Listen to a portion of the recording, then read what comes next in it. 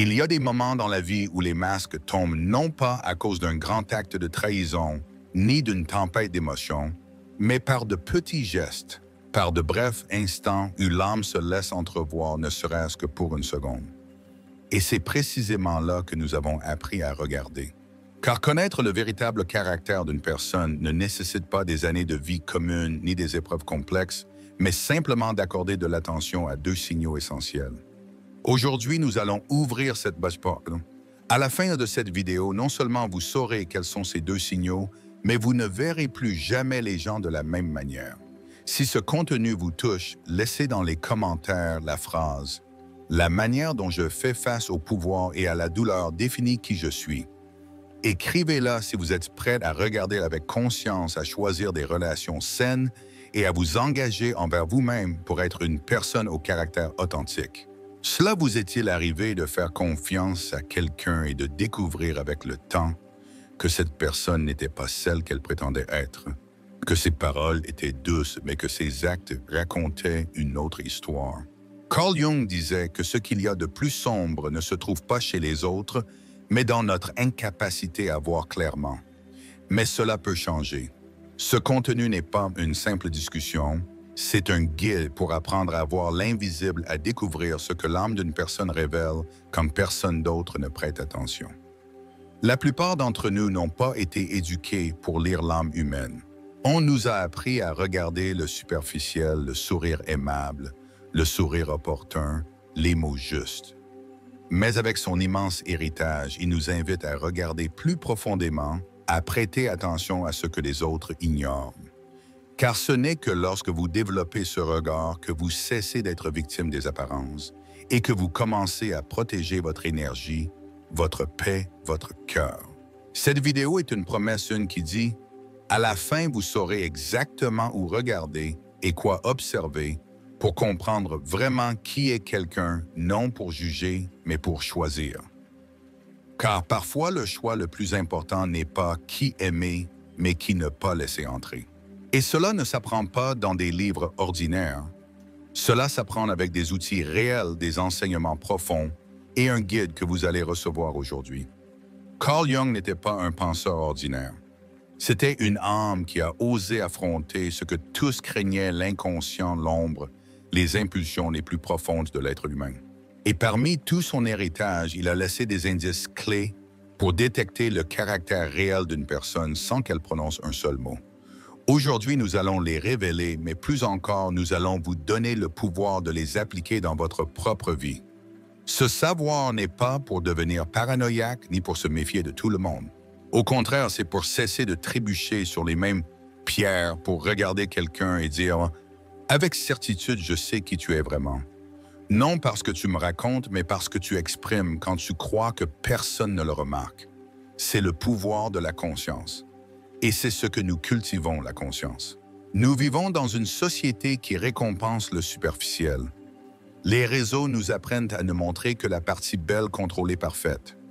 Mais dans la vie réelle, les relations se brisent à cause de ce que nous n'avons pas vu à temps, en ignorant les signaux que Carl Jung nous a demandé d'observer, en ne nous arrêtant pas pour écouter non avec les oreilles, mais avec l'âme.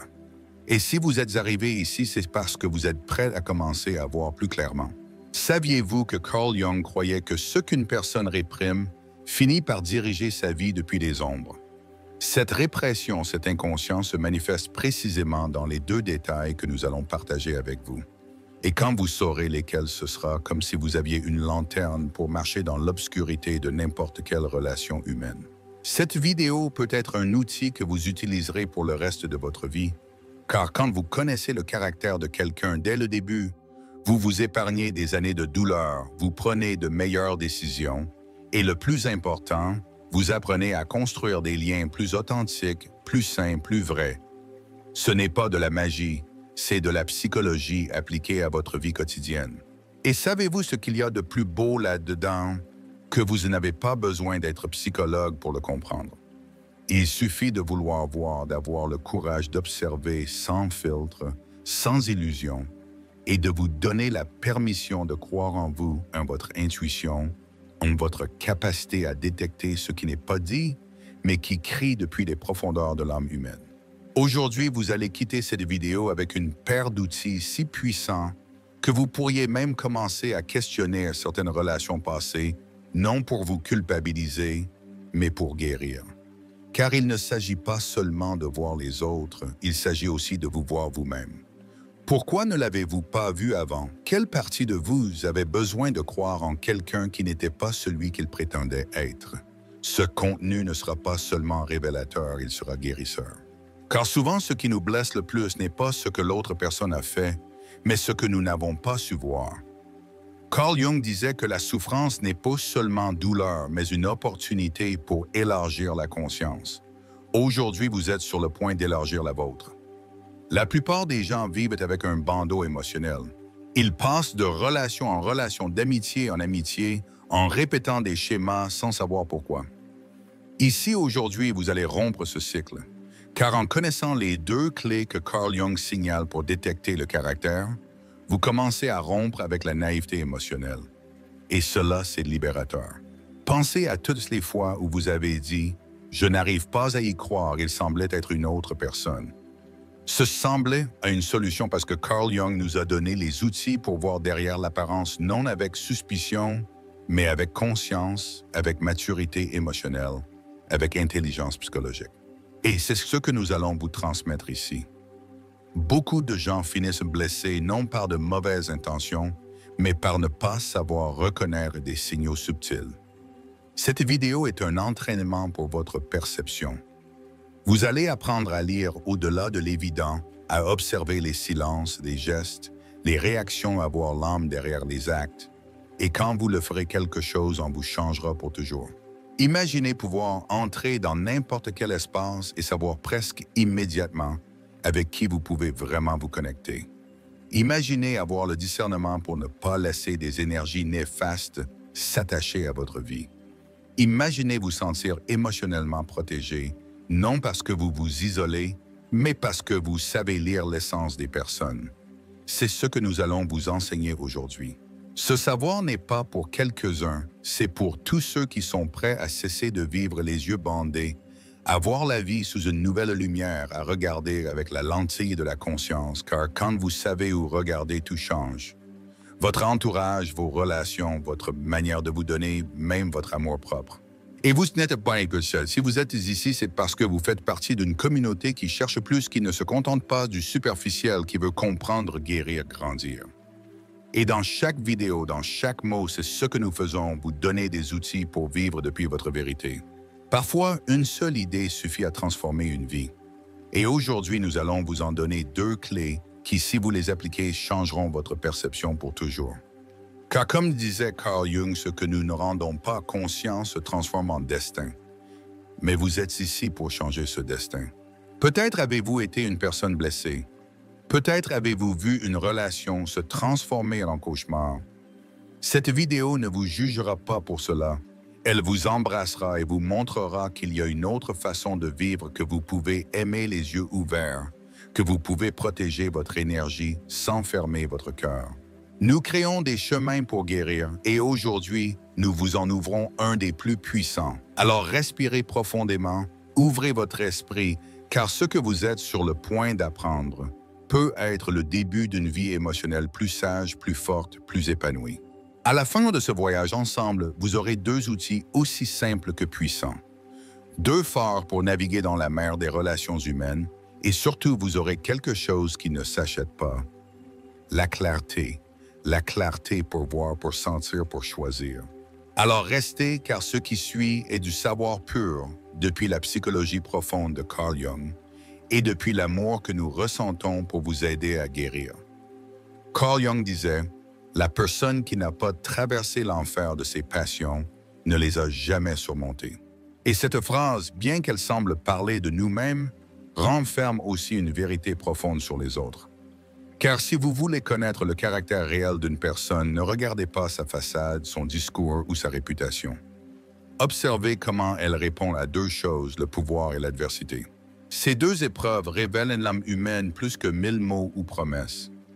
Quand quelqu'un obtient du pouvoir, que ce soit l'autorité, l'argent, l'admiration, ou même un avantage sur les autres, une petite transformation se produit.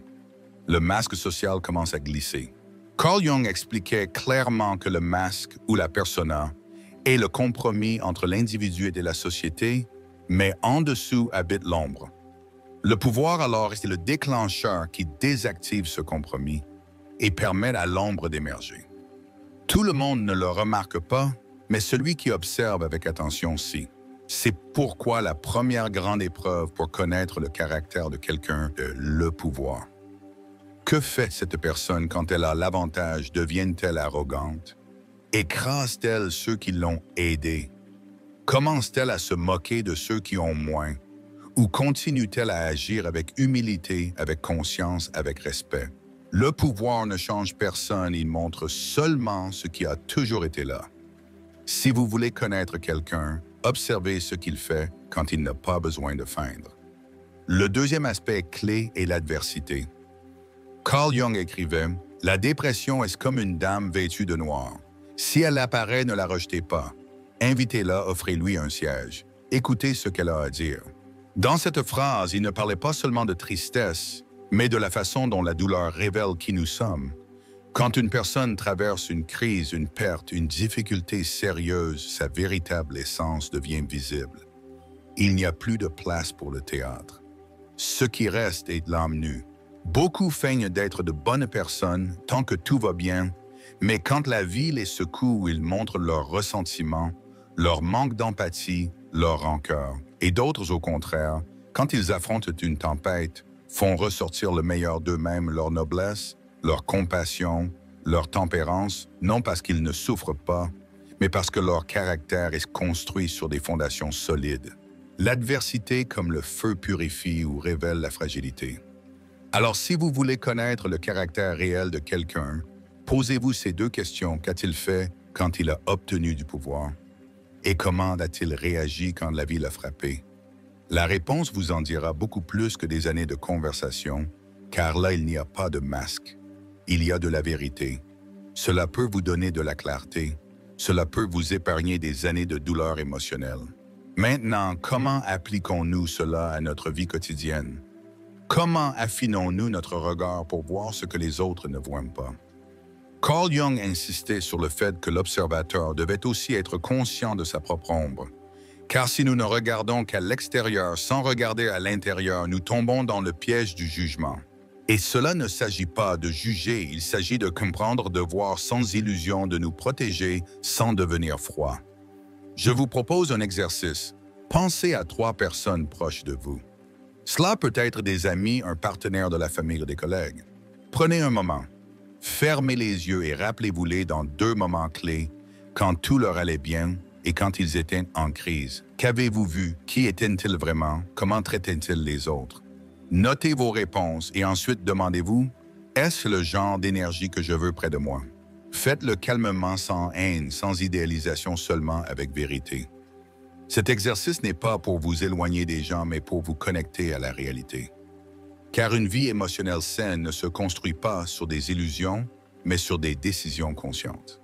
Carl Jung nous avertissait à ce sujet jusqu'à ce que vous rendiez conscient l'inconscient, il dirigera votre vie et vous l'appellerez destin. Et il en va de même pour nos relations. Si nous ne sommes pas conscients du type de personnes qui nous entourent, nous souffrirons encore et nous l'appellerons malchance. Mais ce n'est pas de la malchance, c'est un manque de conscience. Beaucoup d'entre nous ont grandi en apprenant à ignorer les signaux, à justifier des comportements, à accepter les masques comme s'ils étaient des visages. Mais cette étape est terminée. Aujourd'hui, vous êtes ici pour voir clairement, pour prendre en charge votre paix émotionnelle. Et cela commence par reconnaître qui est à vos côtés et comment son caractère vous affecte. Il ne s'agit pas d'exiger la perfection, il s'agit de reconnaître l'essence. Il y a des personnes qui commettent des erreurs, mais leur essence est snoule, et d'autres qui agissent bien par convenance, mais au fond cachent un mépris profond pour les autres. Le pouvoir et l'adversité vous aideront à les distinguer. Un autre exercice, pensez à vous. Que faites-vous quand vous obtenez du pouvoir, vous grandissez-vous? Devenez-vous arrogant, oubliez-vous les autres? Et que faites-vous quand tout s'effondre? Vous vous remplissez de haine ou cherchez-vous à grandir, à apprendre à vous transformer? Cette vidéo ne vous aide pas seulement à lire les autres, elle vous aide à vous connaître vous-même, car vous aussi avez un caractère et il est aussi révélé dans chaque expérience. Carl Jung était clair en disant « Vous ne pouvez pas réveiller une personne qui feint d'être endormie. » Et il en va de même dans les relations. Vous ne pouvez pas réveiller la conscience de quelqu'un qui ne veut pas voir son ombre, mais vous pouvez prendre soin de votre énergie. Vous pouvez vous entourer de personnes qui vous inspirent, non qui vous épuisent. Vous pouvez apprendre à regarder depuis un autre endroit. La clé n'est pas de regarder avec peur, mais avec sagesse.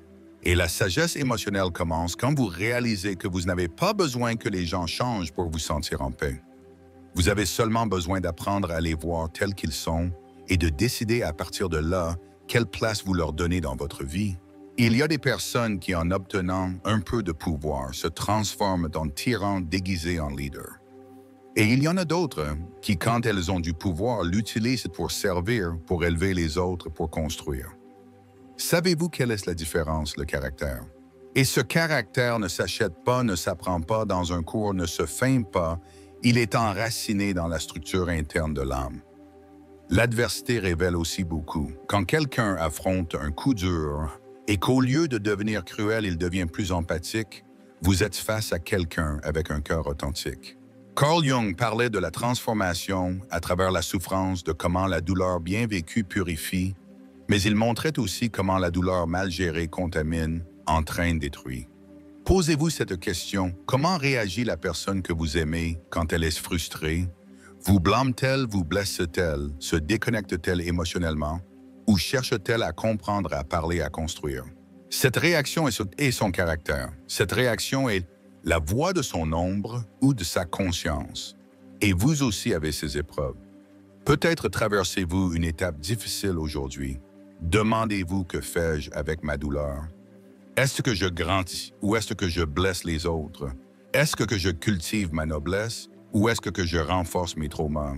Ce n'est pas seulement une vidéo pour évaluer les autres, c'est un miroir, un lieu pour vous regarder. Si vous développez cette conscience, votre vie changera complètement.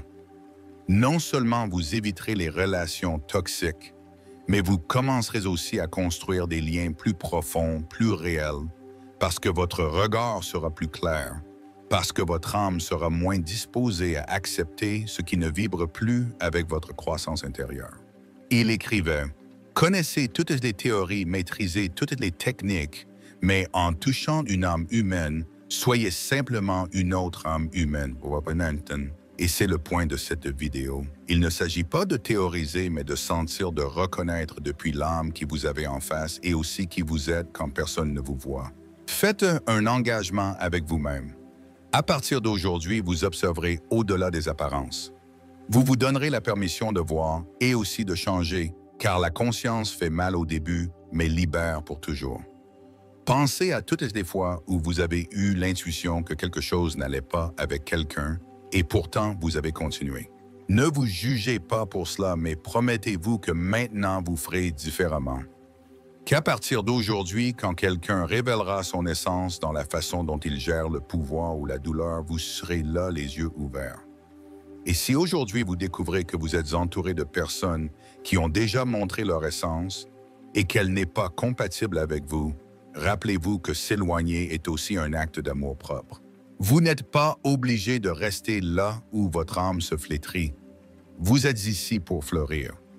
Cette vidéo est un appel à voir, à s'éveiller, à comprendre que la vérité n'est pas dans les mots, mais dans les réactions, et que chaque réaction humaine est une piste, une fenêtre sur l'âme, une empreinte du caractère. Et vous, à partir d'aujourd'hui, allez lire ces empreintes, car quand vous observez comment quelqu'un agit face au pouvoir, vous saurez comment il vous traitera quand il n'aura pas besoin de vous.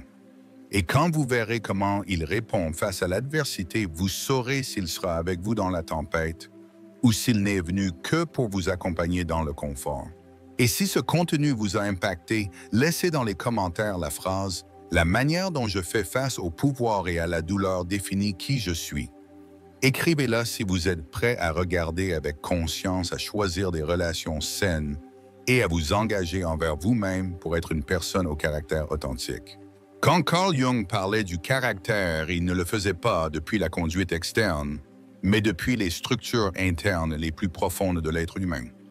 Il comprenait que ce qui définit vraiment d'une personne n'est pas comment elle agit quand elle se sent observée, mais ce qu'elle décide de faire quand elle croit que personne ne la regarde. Ce moment d'intimité avec soi-même, avec son ombre, avec sa conscience, c'est là que se révèle le caractère. Et quand cela se produit face au pouvoir ou à la douleur, la révélation est absolue. Pour Carl Jung, le caractère n'est pas une qualité moraliste, mais une forme d'intégration psychique. C'est le résultat d'un homme qui a affronté ses contradictions et ne les a pas niées, mais a appris à les soutenir.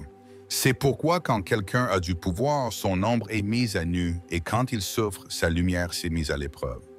Tout le monde ne passe pas ces épreuves, mais tout le monde les affronte. Et vous, en tant qu'observateur conscient, pouvez voir ce que les autres ne veulent pas voir.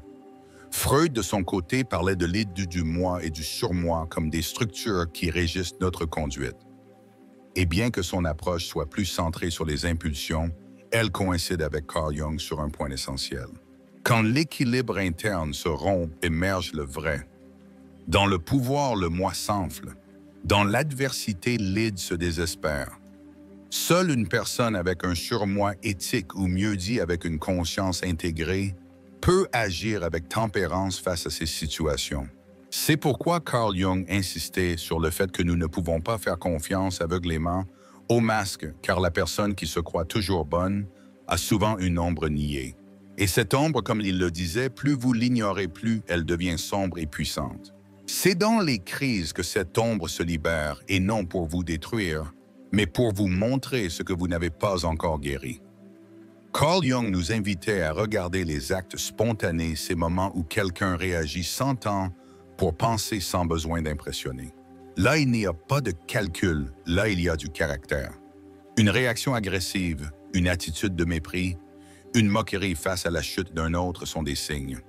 Ne les justifiez pas, ne les minimisez pas. Ce sont des signaux de ce qui vit vraiment dans cette personne. Erich Fromm, l'un des grands disciples de la pensée profonde, disait que le caractère mature est celui qui a remplacé la compulsion par le choix conscient, c'est-à-dire qui ne se laisse pas entraîner par le pouvoir ni par la douleur, mais agit depuis son centre. Et ce centre s'entraîne. Ce n'est pas quelque chose d'inné, c'est un travail interne constant. Si vous le reconnaissez chez quelqu'un, valorisez-le. C'est plus rare que vous ne le pensez. Viktor Frankl, depuis son expérience dans les camps de concentration, affirmait quelque chose qui s'accorde parfaitement avec les idées de Carl Jung. On peut tout enlever à l'homme sauf la dernière des libertés humaines, choisir son attitude face à n'importe quelle circonstance. Cette attitude choisie face à la souffrance est le plus grand miroir du caractère. Non parce que ça ne fait pas mal, mais parce que même dans la douleur, l'âme noble reste lumière. Pensez à quelqu'un qui a souffert quelque chose de dévastateur, mais qui n'a jamais cessé d'aimer, d'aider, d'être intègre.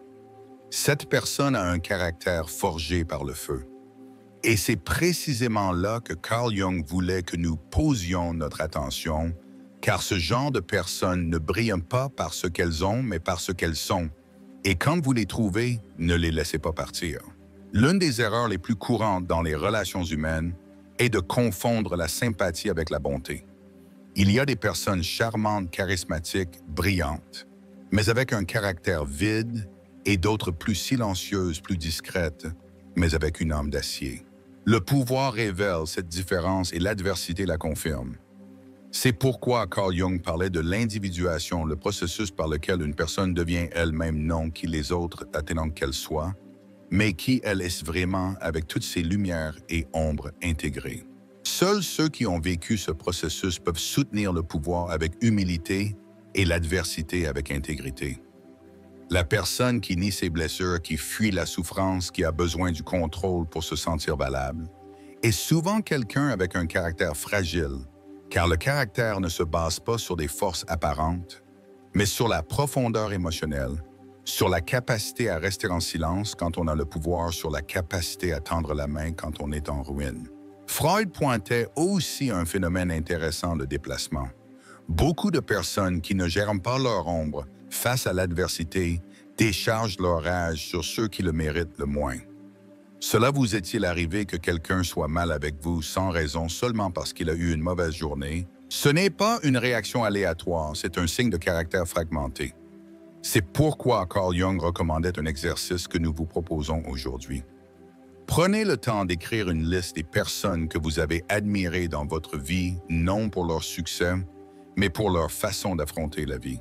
Ensuite, pensez à ce qu'elles avaient en commun, comment elles géraient le pouvoir, comment elles supportaient la souffrance. Vous noterez un pattern et ce pattern sera une boussole pour vos liens futurs. La majorité des relations brisées ne s'effondrent pas à cause d'une seule grande trahison, mais par de petites manifestations de caractère qui ont été ignorées. Ce commentaire méprisant, cette attitude dominante, ce désintérêt quand vous alliez mal sont des signaux. Et si vous les aviez écoutés avant, peut-être aujourd'hui ne seriez-vous pas en train de reconstruire votre âme. Mais il ne s'agit pas de vivre avec peur, il s'agit de vivre avec conscience, les yeux ouverts, l'âme éveillée. Car quand vous choisissez consciemment avec qui vous vous entourez, vous vous choisissez vous-même. Vous dites « Mon énergie vaut ma paix, importe ma croissance émotionnelle est une priorité ». L'une des phrases les plus puissantes de Carl Jung est que la rencontre entre deux personnes est comme le contact de deux substances chimiques. S'il y a une réaction, les deux se transforment. Et cette transformation peut être lumineuse ou toxique. Cela dépend du caractère des deux. Vous ne pouvez pas changer les autres, mais vous pouvez choisir de ne pas vous fusionner avec ce qui vous détruit. Observez comment une personne parle de ses ex-partenaires, de ses parents, de ceux qui l'ont aidé. S'il y a rancœur, mépris, arrogance, il y a une histoire interne qui n'a pas été guérie, et le caractère dans ces cas devient un mécanisme de défense, non une vertu consciente. Il est aussi révélateur de voir comment quelqu'un traite ceux qui ne lui apportent rien, comment il se comporte avec un serveur, avec une personne vulnérable, avec un aîné. Cette façon d'agir est plus honnête que n'importe quelle promesse, car l'âme se reflète mieux dans la spontanéité que dans le discours. L'adversité, d'autre part, a une voix propre. Quand une personne affronte un deuil, une perte, une maladie, elle révèle à quel point elle a intégré son ombre. Si elle devient violente, évasive, victimiste, son caractère est encore en construction. Mais si elle devient plus sage, plus empathique, plus authentique, elle manifeste une grandeur que tous ne possèdent pas. Si vous traversez un moment dur aujourd'hui, vous pouvez choisir de l'utiliser comme un portail. Carl Jung disait que les symptômes émotionnels sont le langage de l'âme qui veut guérir. Ne les taisez pas, écoutez-les et demandez-vous que m'enseigne cette douleur. Quelle partie de moi est prête à se transformer? Une vie émotionnelle épanouie n'est pas une vie sans douleur. C'est une vie avec caractère, avec capacité à soutenir, à choisir bien, à regarder avec honnêteté et à dire « Je mérite des liens où il y a vérité, où le pouvoir ne corrompt pas, où la douleur ne détruit pas, où l'âme trouve un miroir et non une prison. » Rappelez-vous cette phrase de Carl Jung. On ne s'illumine pas en imaginant des figures de lumière, mais en rendant consciente son obscurité. Et c'est le travail que vous faites aujourd'hui. Vous apportez de la lumière à vos relations. Vous comprenez que le vrai caractère ne se crie pas. Il se montre dans la façon dont une personne agit quand personne ne l'applaudit. Vous choisissez une vie plus consciente, plus digne, plus cohérente, car le caractère ne s'hérite pas, il se cultive. Et quand vous cultivez le vôtre, vous pouvez aussi mieux choisir ceux que vous voulez près de vous. C'est un acte d'amour non envers les autres, envers vous. Et si vous êtes arrivé jusqu'ici, laissez-moi vous rappeler ceci.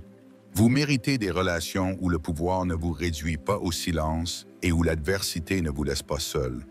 Vous méritez des liens où vous pouvez être vous sans peur, où le caractère n'est pas une promesse, mais une présence constante. Carl Jung affirmait que le caractère ne se révèle pas avec des mots, mais avec des choix. Et ces choix deviennent plus visibles quand la personne sent qu'elle a du pouvoir ou quand elle sent qu'elle a tout perdu. C'est dans ces extrêmes que la véritable essence se manifeste. Car quand il n'y a pas de pression, quand tout est en équilibre, n'importe qui peut soutenir une image. Mais quand les émotions sont intenses, quand l'ego est excité ou blessé, ce que nous sommes vraiment se montre sans filtre. L'un des enseignements les plus puissants de Carl Jung, c'est que nous portons tous une ombre qui, si elle n'est pas intégrée, finit par contaminer notre conduite. Et le pouvoir est le scénario parfait où cette ombre cherche à se valider. Celui qui n'a pas guéri son besoin de contrôle de supériorité ou de domination en obtenant du pouvoir se transforme en une menace émotionnelle. En revanche, celui qui a rendu conscient de son ombre utilise le pouvoir comme une opportunité pour créer, pour servir, pour connecter avec humilité. Carl Jung soutenait aussi que la névrose est la souffrance d'une âme qui n'a pas trouvé son sens. Et c'est là que l'adversité devient une épreuve du feu. Car quand arrive la perte, la frustration, le rejet ou l'échec, l'âme se désoriente. Et si elle n'a pas trouvé un but, elle tombe dans l'agression, le victimisme ou le cynisme. Mais quand une personne a travaillé son intérieur, quand son caractère a été forgé avec l'autoconscience, l'adversité la rend plus profonde, plus humaine et plus lumineuse. Il y a une phrase peu citée de Carl Jung qui dit « Le chaos appelle celui qui peut répondre depuis l'âme ». C'est-à-dire que les situations extrêmes invitent à la vérité. Et c'est pour cela que la douleur n'est pas seulement quelque chose qui vous détruit, elle peut aussi être quelque chose qui révèle. Si vous voulez savoir qui est quelqu'un, regardez-le quand tout lui va mal et observez si ses mots deviennent plus durs, si son traitement devient plus rude, s'il disparaît, ou si au contraire il montre de la tempérance, de la sensibilité et de la présence. Le pouvoir et l'adversité sont des miroirs non déformants, comme ceux d'un cercle, mais crus comme ceux d'une cellule. Ils ne distordent pas, ils reflètent. C'est pourquoi Carl Jung nous avertissait que nous ne devons pas avoir peur du conflit, mais de ce que le conflit révèle de nous. Et il en va de même pour les autres.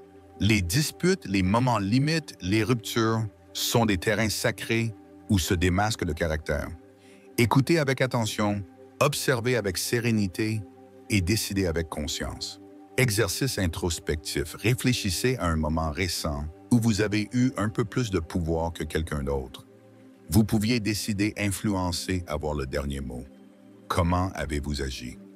Avez-vous montré de l'empathie? Avez-vous imposé votre volonté?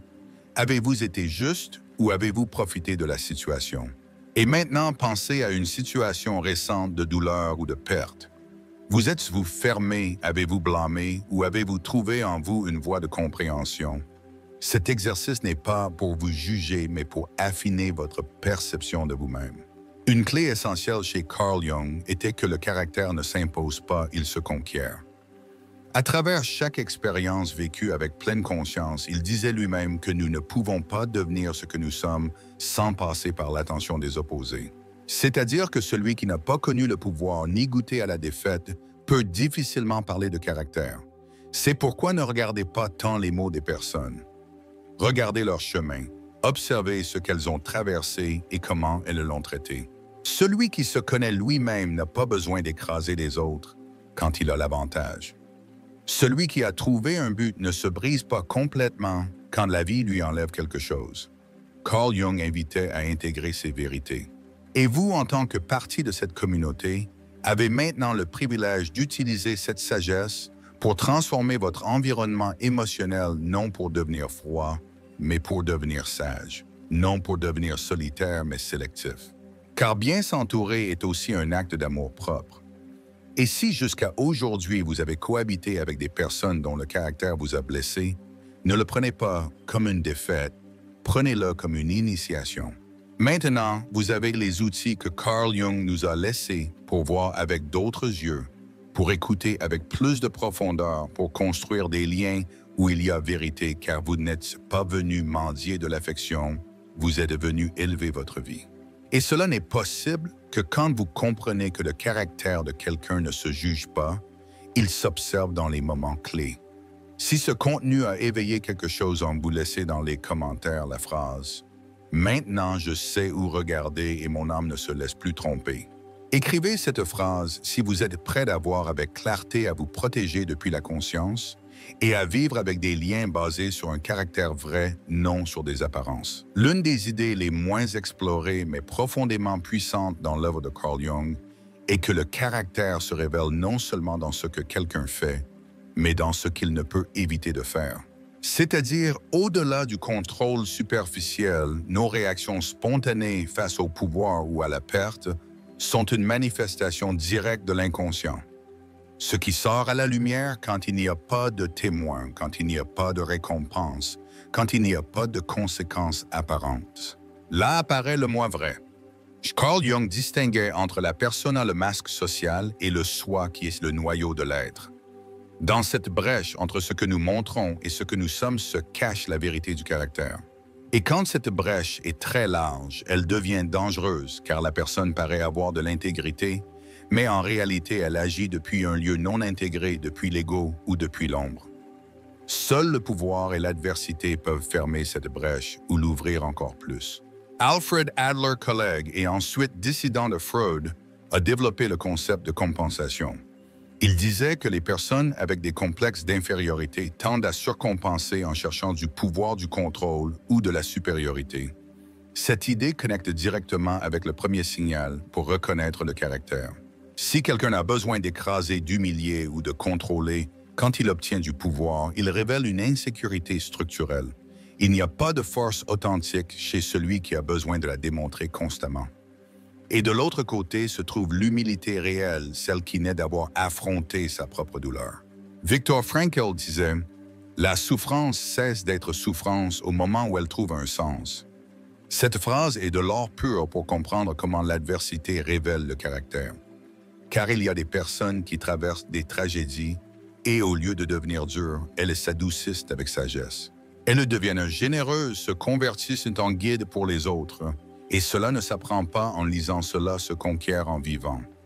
La psychologue Karen Horney proposait que beaucoup de traits du caractère sont des mécanismes de défense contre l'anxiété basique. Certains se dirigent vers les personnes dépendantes d'autres contre hostilité et d'autres s'éloignent isolation émotionnelle. Ces mouvements s'amplifient quand il y a du pouvoir ou de la douleur. Alors, observez quel type de mouvement adopte quelqu'un face au conflit vous donnera des indices précieux sur ses patterns émotionnels les plus profonds. Carl Jung, cependant, insistait sur quelque chose de très clair. Nous avons tous une ombre, mais tous ne sont pas disposés à la voir. Et quand quelqu'un nie son ombre, il projette cette obscurité sur les autres. C'est pourquoi une personne avec un caractère mature ne se justifie pas tout le temps, ni ne blâme les autres pour ses fautes, ni ne se victimise. Elle reconnaît son obscurité, l'intègre, la travaille, et depuis là agit avec responsabilité, non avec perfection, mais oui avec intégrité.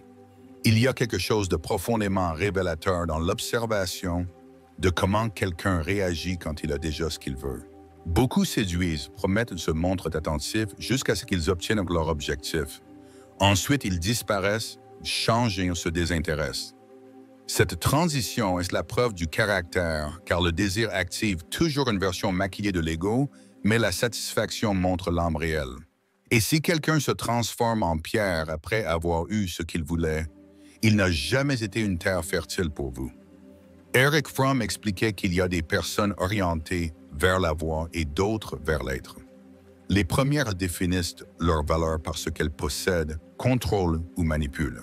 Les secondes par leur authenticité, leur conscience, leur connexion avec l'humain. Et ce qui est le plus révélateur, c'est que quand ces deux affrontent l'adversité, on note la différence. Celui qui vit pour avoir s'effondre. Celui qui vit depuis l'être résiste avec dignité. N'oublions pas que Carl Jung nous parlait aussi des archétypes, ces formes universelles qui habitent l'inconscient collectif, le tyran, le martyr, le sage, l'orphelin. Quand quelqu'un obtient du pouvoir, s'il n'a pas fait le travail intérieur, il active sans le savoir l'archétype du tyran, et quand il souffre, il peut tomber dans celui du martyr ou de l'orphelin abandonné. Observer ces patterns archétypiques peut vous aider à comprendre pourquoi quelqu'un agit comme il agit, et si son caractère est régi par la conscience ou par le chaos. Une clé très précieuse de la théorie jungienne est que ce que nous projetons nous parle plus de nous que des autres. Si une personne avec du pouvoir se moque des faibles, elle révèle que sa propre ombre craint la vulnérabilité. Si quelqu'un dans la douleur blâme tout le monde, il projette la rage qu'il ne peut gérer. C'est pourquoi une façon de détecter le caractère est de voir ce que la personne projette constamment, compassion ou condamnation.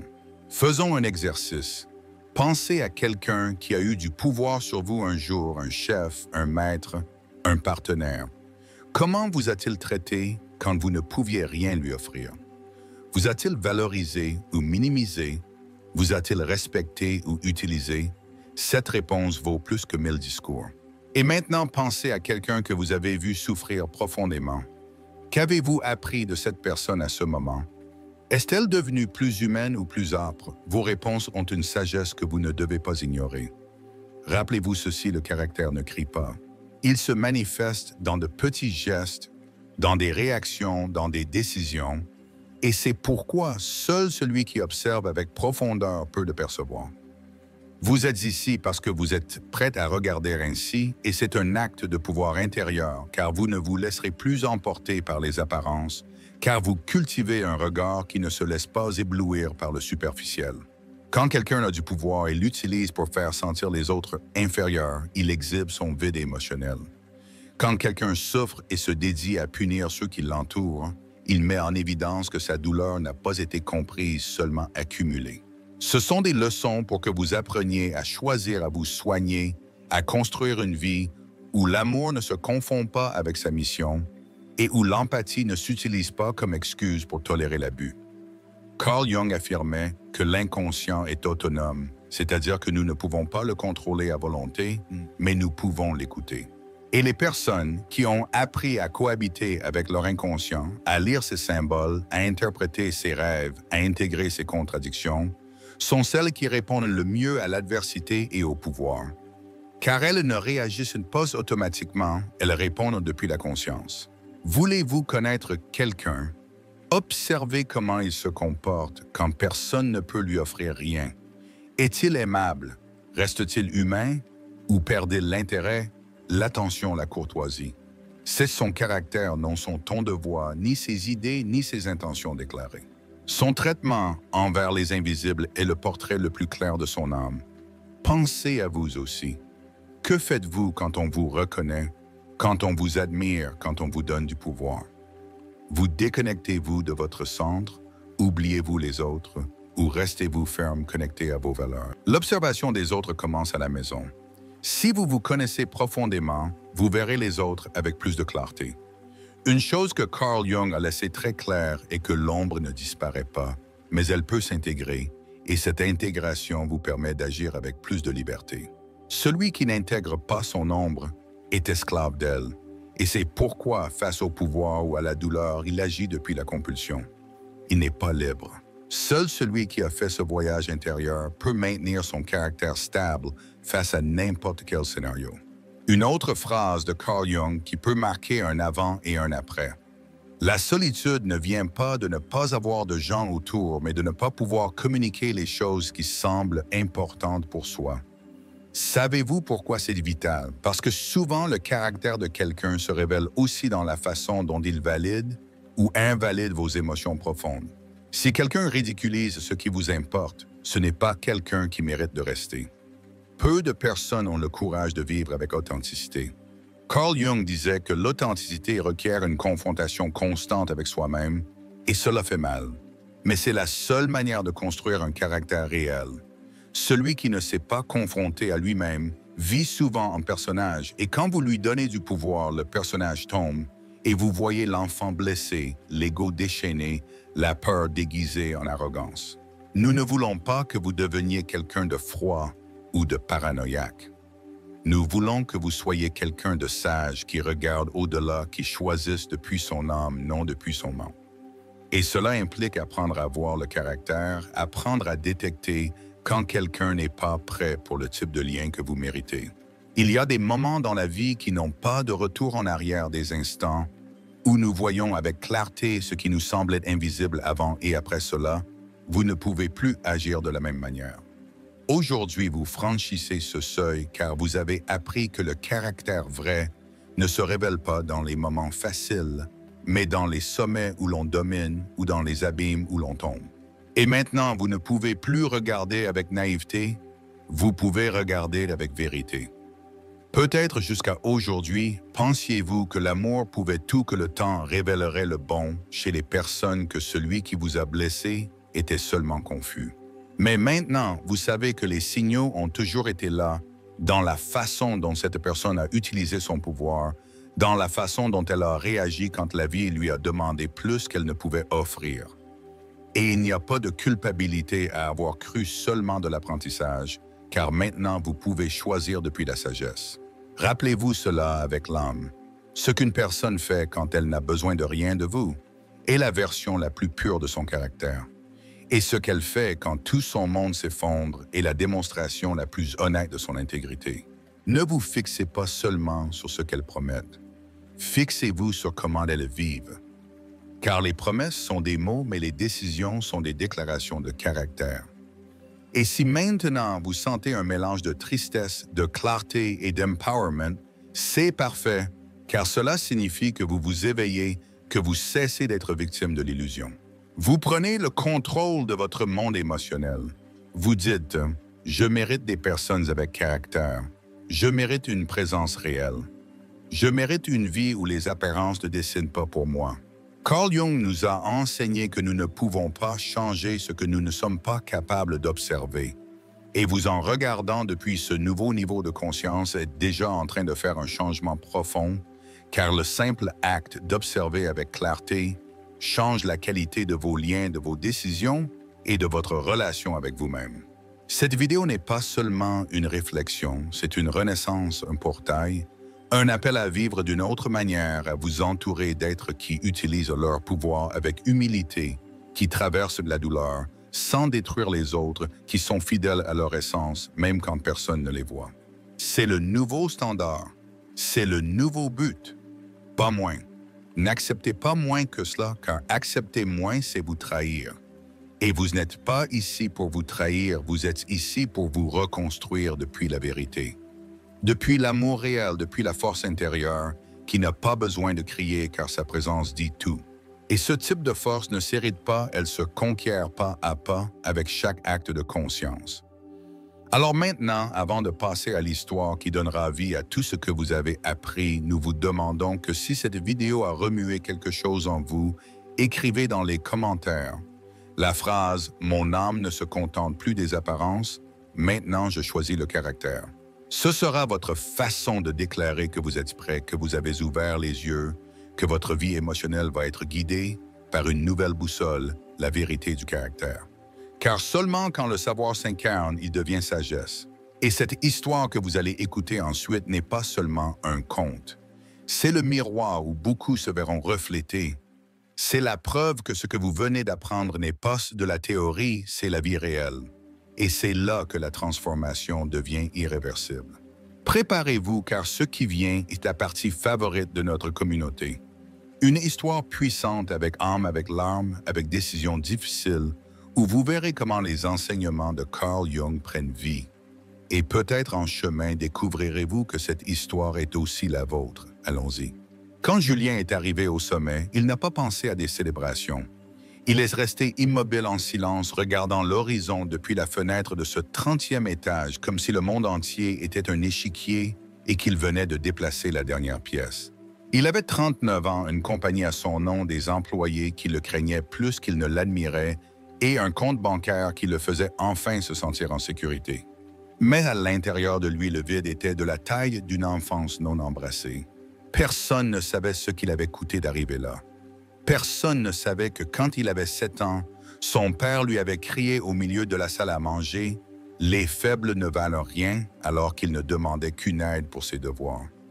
Depuis lors, il s'était promis qu'il ne dépendrait jamais de personne, qu'il ne montrerait pas de peur, qu'il ferait ce qu'il fallait pour qu'un jour personne ne puisse l'humilier à nouveau. Et il y est arrivé, bien que la victoire ait un goût amer, bien que le succès ne remplisse pas les recoins sombres de son âme, car comme disait Carl Jung, tout ce que nous réprimons se manifeste depuis les ombres. Et Julien n'avait pas guéri, il avait seulement triomphé. C'était ce jeudi quand cela s'est produit. Lors d'une réunion de routine, un jeune stagiaire a interrompu sa présentation avec une observation brillante. Julien a senti quelque chose qu'il n'attendait pas. De l'inconfort, de la jalousie, de la petitesse. Il était le directeur général, mais pour une seconde, l'enfant blessé en lui a de nouveau entendu la voix de son père. « Tu n'es pas suffisant. » Et bien qu'il ait souri poliment, il l'a licencié 2 jours plus tard sans raison apparente. Mais le jeune Thomas lui a laissé une lettre non de ressentiment, de gratitude. Merci pour l'opportunité et merci même pour la déception. Cela m'a montré qui je suis et que je veux être quelqu'un qui n'a pas besoin d'éteindre les autres pour briller. Julien a lu ces mots plusieurs fois, comme si chacun était un miroir où il devait affronter sa propre ombre. La vie lui a rendu le coup des mois plus tard. Un mauvais investissement, une plainte inattendue, 2 grands clients qui sont partis, et soudain le sommet est devenu glissant. Julien a commencé à perdre le contrôle. Les employés ont commencé à partir. La panique s'est installée comme un hôte permanent dans sa poitrine. C'est là que son caractère s'est montré, il n'a pas aimé ce qu'il a vu. Il a réagi avec rage, avec dédain.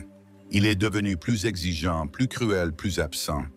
Et un après-midi, il a explosé avec Sophie, son assistante la plus loyale.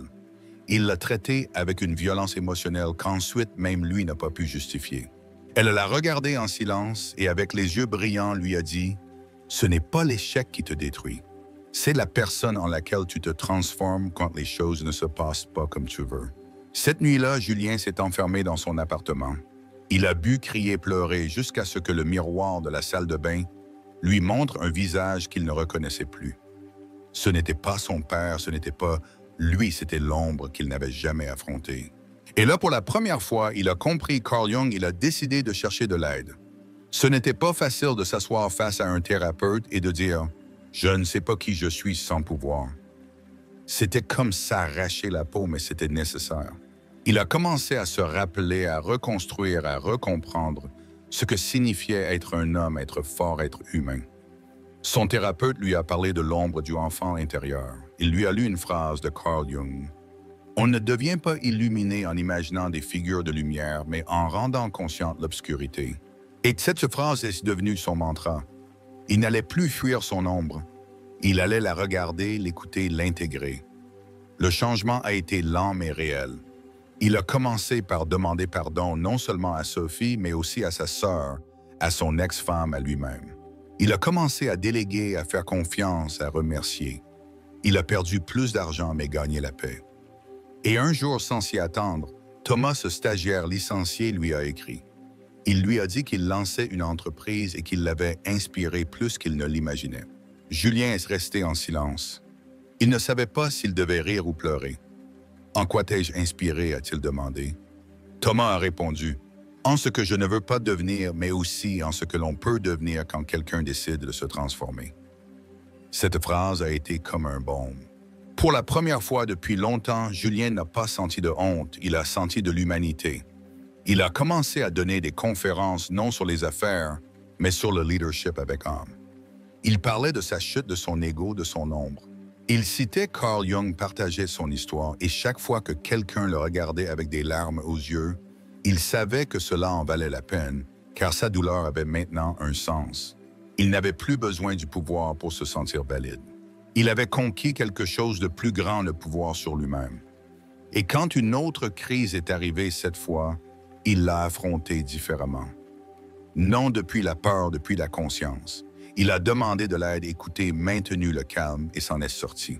Dans un monde qui lui avait appris que le caractère était de la dureté, Julien a appris que le vrai caractère est la tempérance, que le pouvoir n'est pas pour dominer, mais pour servir, que la douleur n'est pas une malédiction, mais une maîtresse.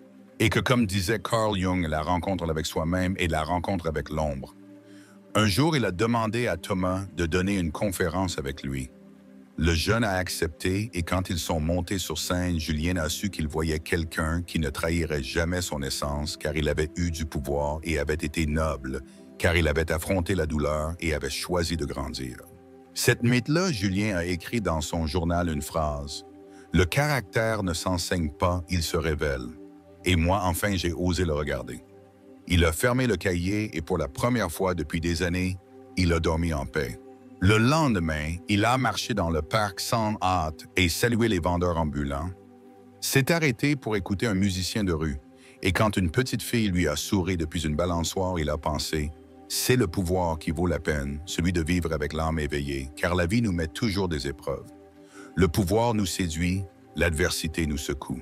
Mais seuls ceux qui se sont regardés vraiment, qui ont voyagé vers leur ombre et sont revenus avec de la lumière peuvent dire « Maintenant, je sais qui je suis et je n'ai pas besoin que le monde me le confirme. » Julien n'était pas parfait.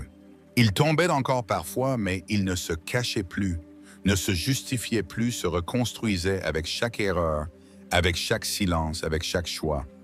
Car il avait compris ce que beaucoup ne comprendront jamais, que le caractère ne s'hérite pas.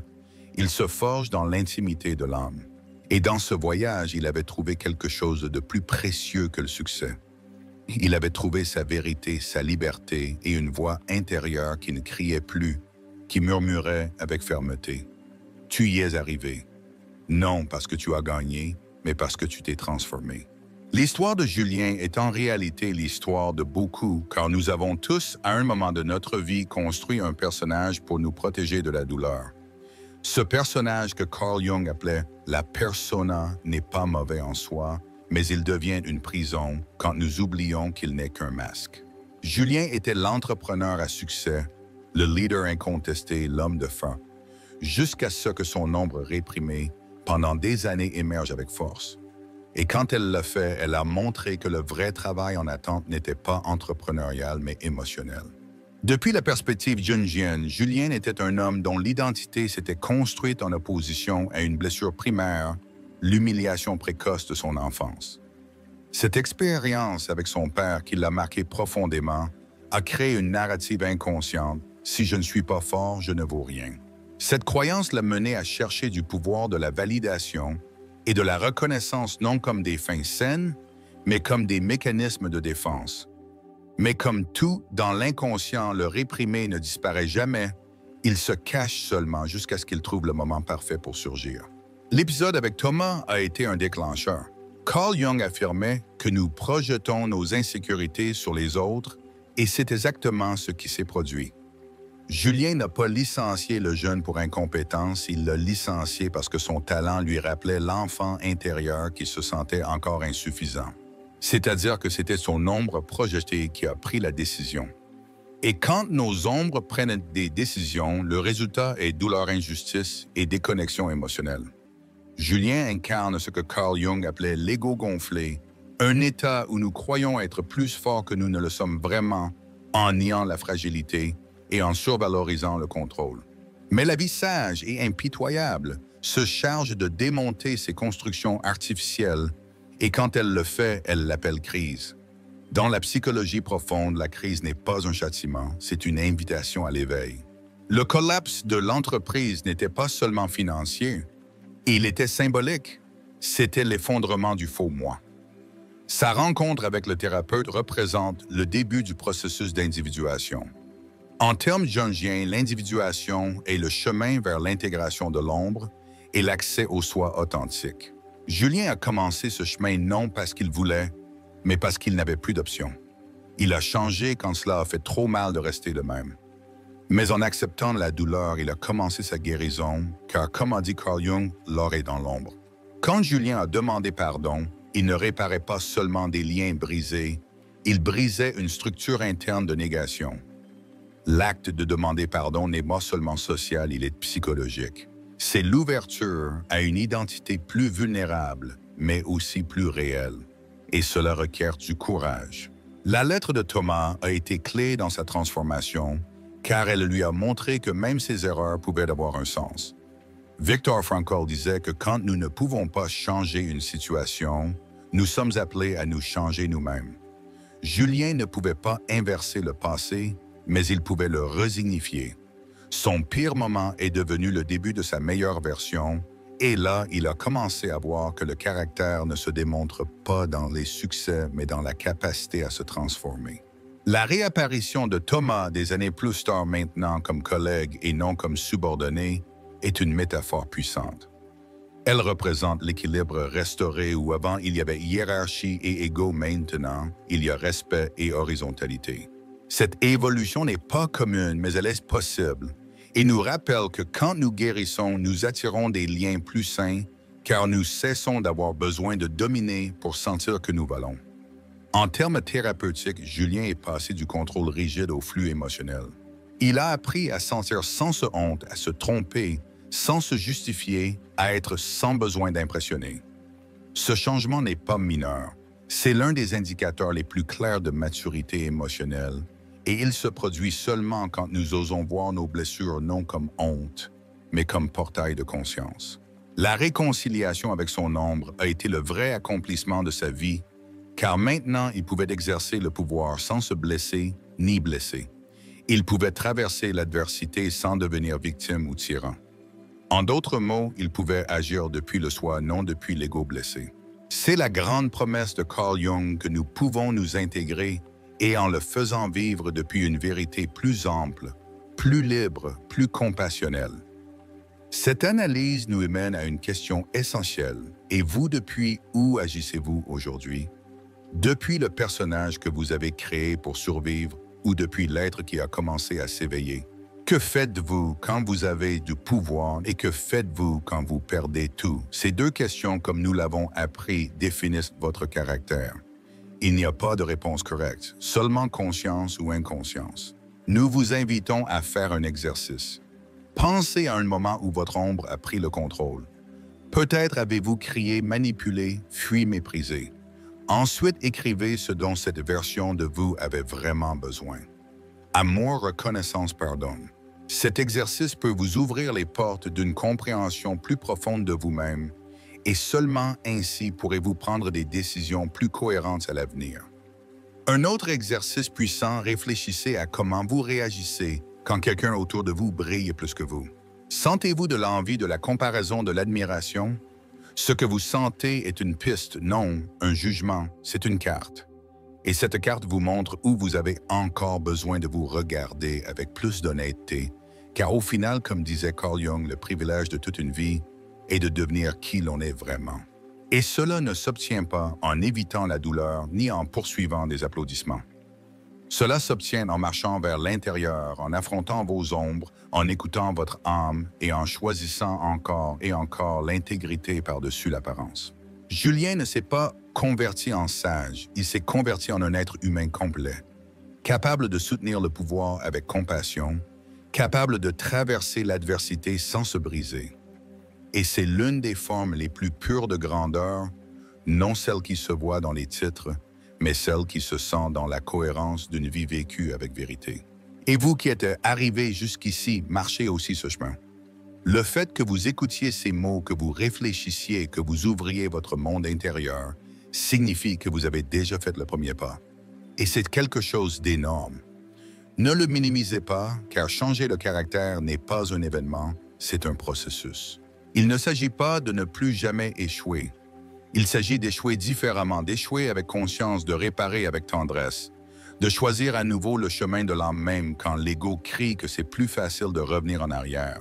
Aujourd'hui, votre ombre vous observe non pour vous effrayer, mais pour vous demander de la regarder avec compassion, car seulement quand vous lui donnez une place, elle cesse d'agir depuis les recoins sombres et vous commencez à vivre avec une légèreté qui semblait impossible avant.